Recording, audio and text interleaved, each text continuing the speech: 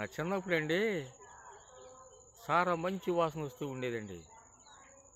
ఈ మధ్య పొలాలకు కొట్టే పురుగు మందులకి కొడతారు చూసారా?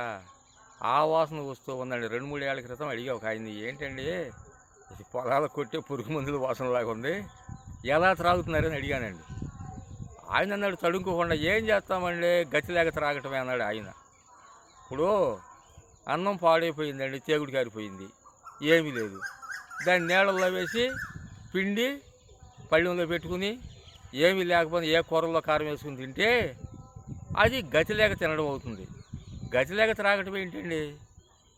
ఏంటో అంత చాలా బాధాకరంగా ఉందండి. మరి ఇలా చాలామంది ఆరోగ్యాలు పాడైపోతున్నాయి, లివర్లు పోతున్నాయి, అన్నీ పోతున్నాయి. అయినా సరే మరి ఎప్పుడండి తెలుసుకునేది? వీళ్ళని ఎవరు బాగు చేస్తారు, ఎవరు చెబుతారు? నిజంగా మరి వాళ్ళని నమ్ముకుని వచ్చినటువంటి ఆ భార్యల సంగతి ఏంటండి? తలుచుకుంటే చాలా బాధ అనిపిస్తుందండి.